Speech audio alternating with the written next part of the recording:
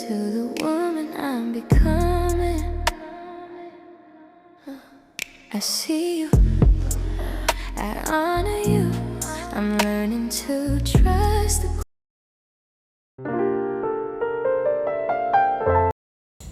Hi guys. Okay, so we're gonna get into me having to run away sometimes from like everything and everyone. Okay. So I took myself out to Beachcomber Resort area. It's this cute little hotel in Fort Lauderdale. I've been going to this hotel to escape from like life, depression, the suicidal thoughts, all these things. I've been going to this hotel to escape since 2017. When I tell you I'm not lying, I'm not lying. So I know the hotel really well. I know the back of the hotel really well. I know the beach area of the hotel really well. I've been going to this hotel for years. This is my escape place, and I literally only go here to escape and just to regroup when I'm going through things or I'm going through a lot. And as you guys know, I'm still doing my mom's case. So because it is so stressful, I came here to run away because I was just like, bro, I need a moment, okay? So I'm in the bathroom. This is a very basic bathroom. I got a 1 night, 1 day stay here. My hotel and everything rack up fee was like $250. Just be mindful that it does come with a pool. The back of the hotel is the actual beach. They have the front of the hotel, which they serve you food right here. This was the coconut custard pie. It was so good. Y'all know I'm always updating my ebooks for you guys so that you guys can download it, because you know I do everything suicide prevention. I have multiple ebooks, multiple things for you guys to heal your mind like I have healed. When I tell y'all it is by the grace of God that I'm no longer suicidal, when I tell you I feel nothing now, and I put all of that information into all of my ebooks, even my music playlist is in there. I'm gonna put everything down below. But right now, I decided to eat dinner outside, and I'm just showing you guys how it looks outside when they dim the lights and everything, and it's night out. It's just so ambience, like it's giving rich bitch. It's giving you deserve this hoe. It's giving yes bitch, yes, okay? So it's just me walking through. I had finished eating dinner, but I'm just showing you guys how it looks. When I tell y'all this, my camera does not do it justice. It really does not, but it's so beautiful. Okay, so right now I am walking past the pool, past the little restaurant in the front of the hotel. I don't know, like how could you not freaking like this? And this is 20 minutes away from my house. So whenever I have that urge, I just go and run. Now y'all, I could not get in the pool because I had my period. I don't know if y'all saw how bloated I was, but I had my period and I could not get in the pool. But I literally forced myself to go and be there because my bad habit is when I have my period, I will not go anywhere. I will stay in the house for a whole week. So I'm trying to train myself to that, like, even though I have my period, it doesn't mean that I'm dead, okay? Still go outside, okay? So that's the other part of my mental health I'm still dealing with, because having my period, the hormones is wild. The outrage of random thoughts and stuff is wild, but like, I have to train myself that like life doesn't stop because you have your period. So I'm training myself to do that. But it's like, y'all, the hormones and stuff, the outrage when I have my period is diabolical, okay? So also the other sad thing is that like this hotel, I did not get to take my mother to. My mother was a literal travel bird, right? This is the symbol for the hotel right here. This is the lobby when you're coming in from the restaurant and the beach area back into the hotel. So cute.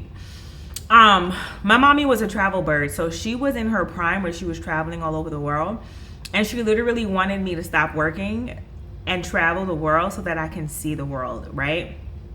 And as I came here, I was a little sad about coming here because I was like, damn, this is the one place I did not take her when she came to see me. Like, I took her all the other places, but I did not take her here. And I know for sure she would have loved this because my mother used to walk around with her laptop because she used to trade stocks and make like a whole bunch of money. So the lobby area, she would have sat there all day while I would have been at the pool and at the beach and eating. She would have sat there all day in the lobby area doing her stocks, and would have came in and gave me a bunch of money. Would have been like, oh, okay, go shopping. And I would have been like, Ma, like, I just know my mother. So anyway, this is the hallway. Now I will say this hotel, they do need to update their hallway pertaining to like design and stuff like that. And there was kind of like a moldy smell in this hallway. Now remember, I have been coming to this hotel for like 9-10 years. So in the beginning, when I first started coming here, it was amazing, but you can see like the interior, the design of the area is kind of deteriorating, and that's expected. But when I tell you this is my getaway, y'all, I am so serious. I love this hotel bad. Like, this hotel, I've come here to literally like let go of my depression and my stress. And my homeboy used to work here, so every time I used to go to the restaurant that's in this hotel, like, I used to just get free food, and he used to be like, yo, just come here and sit down, and whenever you come, I'm just gonna give you free food, because like, you're a good person, you got a good heart. If you want to come chill, you ain't gotta say anything, just sit at this table, and if I see you sitting here, like, I'll make sure to get you some food. Like, when I tell you, your girl is spoiled, okay, period. But he don't work here no more. So he was working here for like 4 years, and then he got something that was better paying, so he dipped out. But yeah, so this is the next day. I'm eating lunch. Of course, I'm supposed to check out. Their checkout, it was a little late, which I actually appreciate about this hotel, because they don't just kick you out by 10-11 o'clock. Like, they give you some time. So I'm just showing you the outside during the daytime. That's the bar to the left of me. And then they have like a lounge area next to the restaurant, besides the pool. Like, it's just everything. This is a very tourist attraction area. When I tell y'all, it is worth the money. They do have cheaper rooms. The cheapest room that I saw was like $112 or so, but it was kind of small, and I wanted to do big girl status because, bitch, I was here for one day, so why not? Okay, so if I'm doing like a one night stay, I will do the second to expensive room. If it just depends. And there was one time that I did do penthouse. Oh, baby girl, I should have did a video of that, but I just didn't. This is my favorite part, the hammock. I laid on here. When I tell y'all, I laid on here for hours in the sun, and I got a little dark, y'all. So when you see me in the street, don't judge me, okay? So this hammock was everything. Go to this hotel. Bye. All right, y'all, we're back. Listen, I'm still learning my camera, okay? And I've had this camera for a while. I don't even know why I'm acting like that. I don't know why I'm acting like this. But anyway, so like I said, I'm cleaning my brushes, my makeup brushes, and we're gonna have girl talk because, all right, y'all, so I'm about to clean my makeup brushes, like I said. Okay, so sorry about all the water that you're about to hear, but let's have girl talk, okay?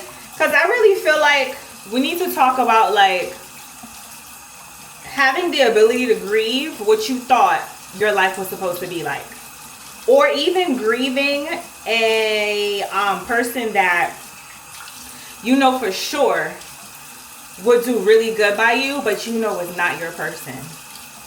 Okay, so we're gonna have girl talk. I'm about to tell on myself, but today's word is, it's okay to grieve what you thought you would be. It's okay to grieve the life that you thought you would have had by now. It is okay to grieve what you thought you would be right now. It's okay to grieve the life that you thought you would have had with a parent who is now dead. Okay? And I'm going through all them things right now. And let me tell you something. There is nothing wrong with grieving those things. Okay? Y'all, I love this thing to clean the makeup brushes. It's amazing. Ah, love it. So let's get into the nitty gritty, okay? I'm gonna tell y'all my story because I know a lot of people, like, unfortunately, people think I'm like this perfect Barbie doll, okay? Like, my friend was telling me the other day, she was like, Danny, you're such a Barbie. And I was like, I am not a Barbie, I'm a human being, okay? And until people understand that, I'm always gonna have problems with people, okay? So anyway, like, I'm gonna tell y'all my business because I don't care. You know, anything that I do on this channel is always gonna be suicide prevention. Always, okay? So anyway, everybody knows your girl is single now, right? And I'm also going through my mom's case.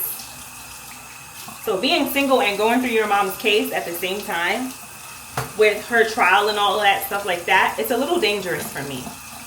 I don't tell my family none of this shit because I don't want them to worry, okay? But it is a little dangerous for me because I am a lamb battling lions and bears, okay? So that's why with me, I do not wear my scrub tops to work. You will always see me in a long sleeve shirt so that people don't know where the fuck I work at. And even if you know where I work at, you would never be able to catch me because of the way that I move, okay? So because her case is so lengthy and it's becoming a little unsafe for me, like, I literally was grieving the life that I thought that I would have had with my mother. So when I tell you, my mother used to spoil the fuck out of me. Like, I am 39 years old. My mother died when I was 35, okay? So imagine going through all of these things with her court case right now, right? So she died when I was 35. I didn't turn 36 yet because she died April 3rd, right? And I still go through the moments of every time I see people with their parents, I get jealous. Or if I see a little girl disrespecting their mother, I get pissed off. If I see a teenager not calling their parents back, not texting their parents back, I get pissed off. If I see a kid being ungrateful to their parents, I get pissed off, you know? So there's, like, the grieving process, it also comes with anger. And there's nothing you can do about that, right? So I'm grieving the fact that I'm never going to have a mother again. I'm never going to talk to her again. I'm never going to speak to her again. I'm never going to get a text message from her again. That is fucking hard, especially when you're an only child. Huh? When you're an only child, to go through that? Yeah. It's not for the weak. Okay? So, I'm grieving that. I'm also grieving. This is where it's going to get really messy. And I already know he's going to see this. And I don't care. But I spoke to him last night. Last night? Or the night before. And let me tell you one thing about me. I believe in making sure you close all doors. And close all doors efficiently. Not half-assed, not, you know, with anger, no, close the fucking door, okay? So, everybody know I'm single now. I don't speak to my ex at all. But there was an ex before him, right? That nigga was my heart. I hope I don't cry. That nigga was my heart, okay? And, like, he's Jamaican. You know what they say, never date a Jamaican man. But this one exception, like when I tell you he understood a woman, when I tell you he let me talk, he didn't interrupt me when I speak. Even when we were together, he did not interrupt me when I was speaking. He respected me. Like, it just didn't work out, right? So, me going through my mom's court trials and hearings and all these things. Remember, I am now single. I didn't have, like, a person to talk to about what was going on. Now, don't get me wrong. I have my best friends, like Shauna and the rest of them. But the type of support that I needed was from a male, right? So, don't come for me. I hit him up the other night. This is not night before last, but this was like a couple months ago after I became single. And there was a breakthrough in my mother's trial where I won the first hearing, right? We have like forever more hearings to go because people are in their fucking feelings and think that just because they marry my mama that I shouldn't get shit. And I'm an only child. Sir, go sit your ass down, okay? So, I was in my feelings. We had won the first trial, right? So, I needed male support, okay? And I have male friends, but you know, you have your male friends that like will fuck a nigga up for you, and then you have your male friends that are like, what do you mean emotionally? Okay, so he was that for me. Now, here, let me give you some context. We haven't spoken like a real conversation with no beef in 10 years. You heard what I said? 10 years. So I hit him up one night. I remember exactly. It was like 6:30, 7 o'clock one night. And I was just going through it. I started crying. I was so happy that we won the first part of her trial. Mind you, I'm winning this shit with no lawyer. I'm fucking speaking facts and truth in front of a judge on behalf of my dead mother against my stepfather. Yeah. Yeah. Okay? So I wanted to share the win with a male. So the first male that I went to was my recent ex. I actually went to his house. I asked for a hug. I went over there to get a hug. I took 2 shots. But because of how bitter he was and where his mind was at, I couldn't even share like what was going on. So anyway,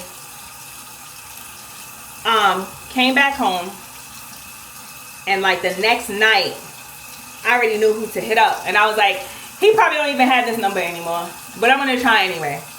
Bitch, I tried. That nigga said, I hit on my Jamaican ex-boyfriend. That man said, what's wrong? I said, why do I feel like you've been waiting for me your whole life? Right? So anyway, we get to talking. I tell him what's going on. He didn't know that my mom died.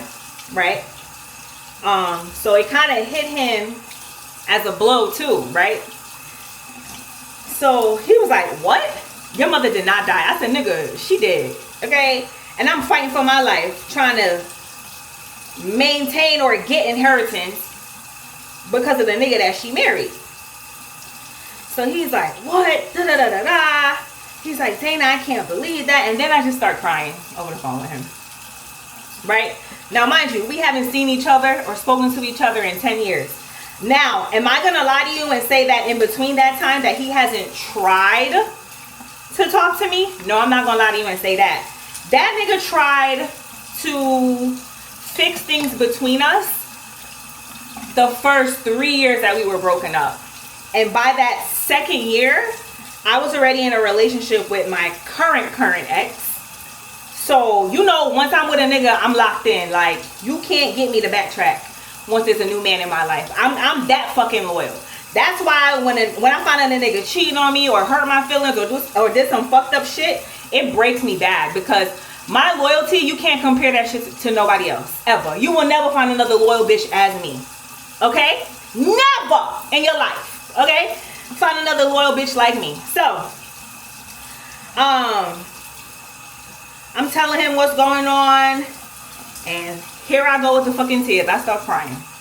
So he's like, Danny, you know, it's okay. It's okay. You know, you don't have to be strong with me. You could cry. Like, I'm not going to see you as weak. I'm not going to see you as no lame ass bitch. I'm not going to see you as like somebody that is always crying or always got a problem or blah, blah, blah, blah, blah. He was like, and I remember when I was dating you, girls always have problems with you. And I said, bro, you remember that? He was like, I remember. So I know, like, I know how your life is. You struggle with people fucking with you on a regular basis, right? And I was like, bro, I'm so surprised you remember that. And he was like, I do remember that. And it's because you have a good heart. And if a nigga don't know that about you, he's going to see the fact that everybody keeps coming against you as you being the problem. I said, bruh. He's like, I remember everything. He's like, I forgot nothing about you. He was like, and the sad part is this. He was like, I still love you. To this very day, I still love you. And I was like, so I'm on the phone like, and he's like, I know that's not what you want to hear right now, but he was like, to this very day, like, I still love you. So anyway, he was comforting me, asking me what's going on with my mom's case, this, that, and the third. And I'm telling him what's going on. And I'm telling him the safety issues that I'm having, which I haven't told anybody, but I told him. So he was like, you know, just be careful. If you need me, I'm here. Like, you know, all you gotta do is call me, and it is what it is. Like, I will be there. I will never hesitate to be there for you. I don't give a fuck what time it is, what's going on. I will be there. So I said, okay, well, thank you, blah, blah, blah, right? So anyway, it's months now. Like, when I tell you we're like texting each other out, I want to say we're texting each other like every other day. Because you know how I am. Like, I'm not rushing into nothing with nobody, okay? So we're texting each other every other day. We're just yapping, but text only, right? And he's like, Dana, why don't we talk over the phone? And I'm like, ugh. I said, bruh, I don't want to talk over the phone with you because I don't want to catch no feelings. That man said, so he started laughing. I said, bruh, I don't want to talk on the phone with you because I don't want to catch no feelings right now. I don't have time. My brain hurts. My emotions are all over the place. I miss my mom. Like, your girl is going through it. So he's like, okay, I understand. So anyway, over time, maybe it took me like 3 or 4 months. We're now talking over the phone, whatever, catching up with each other, stuff like that. So, as we're catching up and doing all these things, right? We're talking because his parents died, so he understands how hard it is, how like broken I am because my mother is dead, right? So he's like, yo, I'm not gonna lie, like, you're the only woman that I actually saw myself marrying. I said, bruh, stop with this. And he's like, bro, I'm not. Now, imagine this conversation going on, but he's Jamaican. So you have the pure Jamaican accent going on with him while he's talking. He's like, you know, I can see myself marrying you. And I see like kids. And he was like, even the wedding day, like we could put a table where our parents should have been sitting because we both lost our parents. And I was like, oh my God. Right? I'm like, oh my God. So he's like, you know, what did I do? Guys, this is from my clothing line. I don't know if you can see. I know the camera's not gonna really let you see much, but this is from my clothing line. Right? Isn't it cute? Like, when I sell shit, I'm not gonna sell you shit that I don't wear. Okay? Period. But I think this is makeup because, girl, why? Anyway, so he's like, yeah, we can have a table where both of our parents should have been sitting, but you know, they're in heaven now, so there's nothing that we could do about that. Da, da, da, da. And he's going on and on and on. And I'm like, oh my God. Right? So then he's like, over time, he's like, Dana, I'm not confused about you. Like, you're the one that I want. But to a woman who is desperate, those words are like, those words are like a song to her ears. I'm not desperate. I don't give a fuck. You're gonna wait until I heal before I jump into anything else. Okay? So he's like, Dana, you know, I will wait for you. I said, bro, it's been 10 years. How are you still waiting for me? Dana, I will wait for you. I ain't got no problem waiting for you. No problem. I'm like, bro, what the fuck? Then over time, he starts sending voice notes, right? So now I'm stressed. And I'm telling my other friends, I'm like, Becca, what do I do? The voice notes is coming in and she's like, girl, what is happening? And I said, bitch, I don't know. Okay? Then my other friend, Shauna, I told my other best friend, and I'm telling her about this shit, and she's like, girl, you haven't even been single for a full year now. I said, I know. But by the time me and him were speaking over the phone, I was single for about like 9 months or so. And like the 8th month, I was like, all right, we could talk over the phone, right? So, it's just, the man is sending me voice notes. And my friends are listening to the voice notes. And they're like, bitch, I know you just got out of something. I know. But this Jamaican motherfucker loves you. Like, because, bro,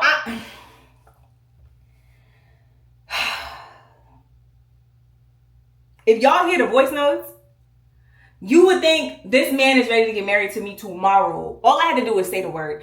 When I tell y'all I'm in between a rock and a hard place, this man is ready to get married tomorrow. So my other friend was like, Dana, what you gonna do? Because that nigga sound like he bought the ring already. I said, wait a minute. Wait. Okay. So he's just, all these feelings for him are coming up. And he's like, Dana, I'm not confused about you. I ain't no fuck nigga. Like, I'm not confused about you. You always been the one. He was like, I fucked up. I'm the reason why we not together right now. I'm the reason why I let another nigga come and take you. I'm the reason why. I'm like, oh my God. But let me tell you how my feelings are. My feelings are like this. Y'all see, The Notebook. You see the girl in the movie? You see how she was caught in between two guys? Right? The only difference with me is there's no other nigga. It's just the feelings. And then the actual person that wants to whisk me away and take care of me and understand how a woman's body works when she has her period. And, okay? But I know in my heart where I want to go. But how many of us know that when something is so safe, it does not mean that it's meant for you, right? My Jamaican ex-boyfriend is safe. Like, I know this nigga would never fuck me over, never have me crying, never abandon me, never leave me for dead, never. That's safe. That's something that I know for sure will never go nowhere. Huh? That's safety. Okay? The opposite feelings are the guy in the Notebook. Toxic, headache, hella fucking hard to be with. Do you understand what I'm saying? Okay. So, you know me. I need to tell you what I'm feeling. So I said, listen, I'm scared. I know you want to get married. I'm scared. My mother's dead. I'm scared. I'm still having to go to hearings for her. I'm scared about that because that alone by itself is not safe either. I am still broken about the other situation, which also is leading to me being scared as well. Okay. So he's like, Dana, you just got to trust me. You just got to understand that I'm here and this, that, and the third. And then I finally understood. A lot of y'all will go to the safe side just because you know it would never hurt you. It will always be there. It will always da-da-da-da-da. But what we tend to do as women is always go to the safe side. Me, I went to God. I went to God and I said, Lord, my God, on today, this man is presenting like he is from you. Like you dropped him off from heaven. 10 years later, mature, a man, understanding, doesn't cut me off when I'm trying to talk. Lord, what is this? What is this? What is this? What is this? What is this?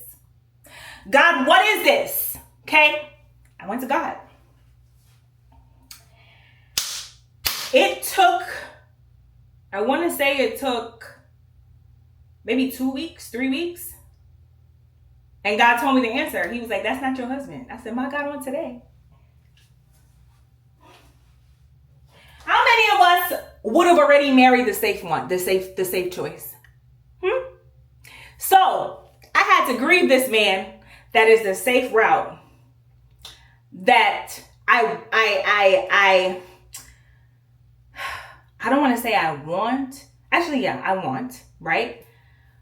But it's not my desire. There's a difference. You can want something, but it's not something that you desire. And for me, desire is important because if I don't desire you, I can't have sex with you. Like, what are we doing?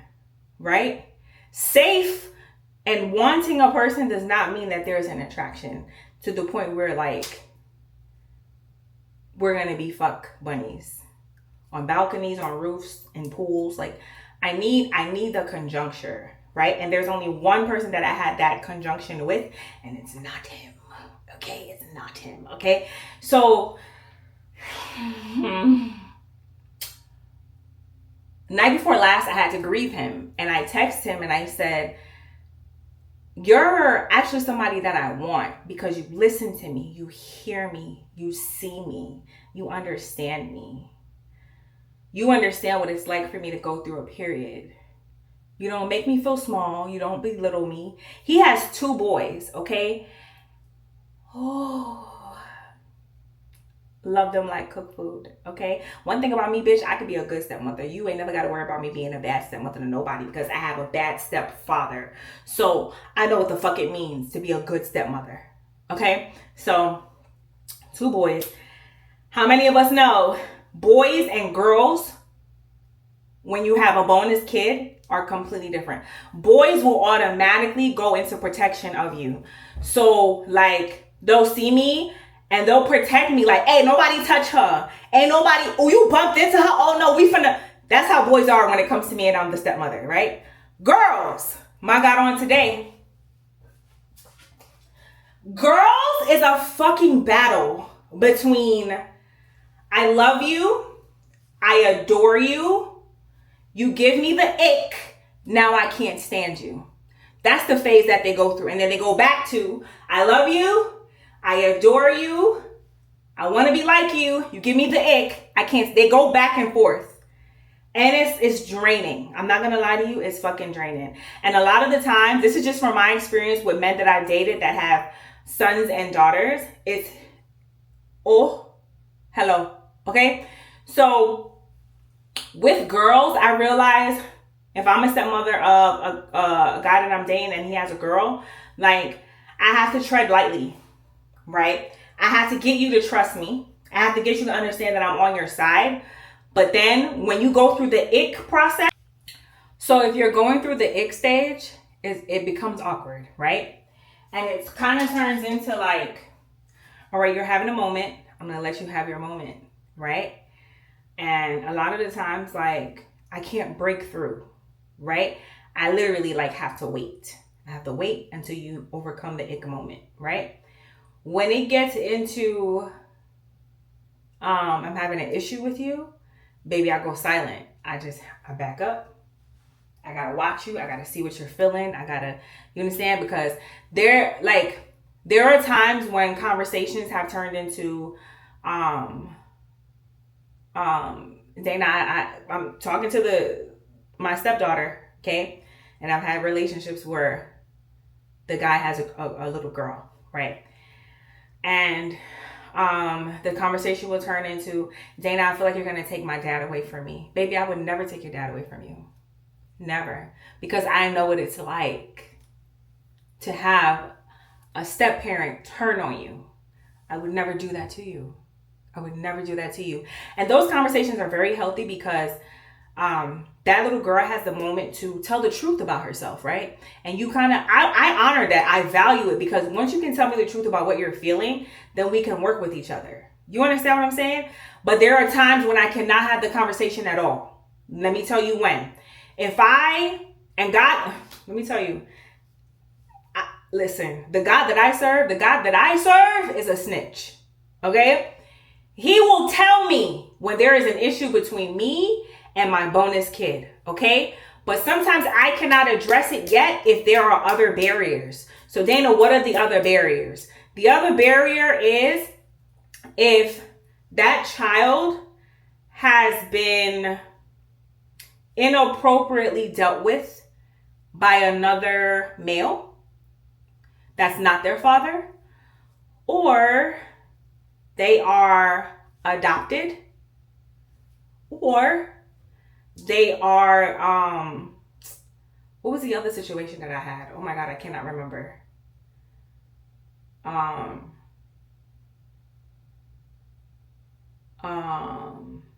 Their mother died, right? With those very touchy situations, you have to tread lightly.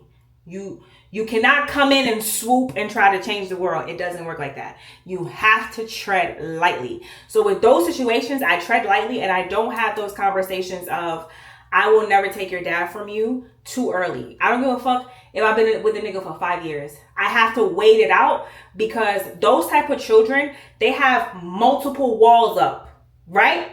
And here you go trying to break down the wall that only has to do with you. But your wall is the third wall in the lineup. There's 2 other walls before that. So guess what? You have to fucking wait it out, right? So I've had to wait it out. And then if it's a bonus kid that I have from a guy that I'm dating and they're girls, as I'm waiting it out and I'm walking them through the process of not liking me at the moment, because remember, girls go through the stages of I love you, I want to be like you, I really, really love the person that you are, you're icky to me, now I don't like you, and then they go back to liking you. So it's a whole thing. So I have to literally watch the process and know when I can step in. Girl, little girls are layered. Okay, when they're young, like say 3 or 4. Oh my God, and I had one that was like 3 or 4. Oh, there's no walls up. They're just running to you because they love you, right? But as they turn, they go from like 9 to like 17, 18. You are gonna have a struggle. There's gonna be a power struggle with the stages that I just told y'all. So it's a lot, okay? So like I said, those 3 situations, like you have to wait it out. There's no breaking through fucking walls. You have to wait it out. You have to let that child see that you're their ride or die. And I've had circumstances where little girls will literally come to me and tell on themselves and not tell their dad. And I'll be like, hey, so-and-so told me that. And then their dad will be like, why is she telling you? Why she don't come to me? I'm her dad. I'll be like, that's just how God designed me. And let me tell you something. That's just how God designed me. I don't know. I don't have an explanation, right? But that's just how God designed me for girls. But for boys, they always protect me. They're like, come on, Miss Dana, come on, Miss Dana, come on. Like, come on, hold my hand. We got to cross the street together. Like, straight protective mode. But girls, they go through so many stages. And sometimes it becomes exhausting. And a lot of the times, I'm not going to lie to y'all, God forgive me, I play dumb. Because I act like sometimes I don't know which stage you're at. I just be quiet. If you come around me and I know you're in the stage of ick and you're like, I love Miss Dana, but I'm kind of like in my feelings right now because her and my dad are hugging or her and my dad are kissing. Like, I kind of stay quiet. I stay to myself and I'm kind of just in the corner, right? Because I know you're going through the ick right now. That's the ick, right? And then there are some times where like, you know the stage where a little girl, her first love is her dad, and then you're coming in on that stage? Oh, bitch, good luck. Because you are literally the devil to her, okay? You are the devil to her. You have become Satan himself, okay? So, like I know how to deal with the girls, but I'm just saying girls are a little bit more exhausting than boys. That's just my experience with men that I have dated who had kids. I'm not gonna lie, I prefer men who have kids because I don't know, I just feel like they love differently, if that makes any sense. I don't know. But anyway, yeah. So anyway, I had to grieve my Jamaican ex-boyfriend. I texted him the other night. I said, bro, you are literally the type of man that I want. Remember, keyword want. But I know, like, I just can't. Like, I just can't. He's such a good dude. Like, so take the time to grieve what you thought you would have had, what you thought you would have been, who you thought you would have been with, who is absolutely perfect for you, but you cannot have them because that's not who you're supposed to be with. Okay. Take the time to go to God and ask God, like, God, is this mine? Because I waited, baby, I wanted to jump. You talking about marriage and having a table for our dead parents where it's just an empty table. You're what? I said, God, can I? And it literally, let me tell you something. God is an on-time God. Okay. And he answered me like 2-3 weeks later. And I have been asking like, are you going to answer me? And he did, but it took time to answer me. Did I like the answer? No. But at the same time, you have to be able to be ready for God's best and not God's possible. You want to be in his perfect will, not his permissive will, if that makes any sense. Permissive will is, oh God, I really like this man, and in order for me to keep him, I gotta trap him and have a baby. That's permissive because you're gonna have the baby by this nigga anyway. But now you about to be a single mom after y'all break up. That's permissive, right? You wanted to do this. You asked me for it, but you didn't wait for my answer. I waited for God's answer, and God's answer was, no, that's not your husband. Wait, just wait, okay? So I had to grieve and cry over that, and I told him, and we closed that door, okay? So, yeah. Bye, y'all. Oh, this is from my clothing line. Can you see it? I don't know, but it has like flowers at the groin. It's for women. And at the back, it says unshaken. Right? Love it. Love, love, love, love. Can you see the flowers? Okay, now you can see it. Look at that. Ah, I love it. And it's so comfortable. Anyway, y'all. Bye.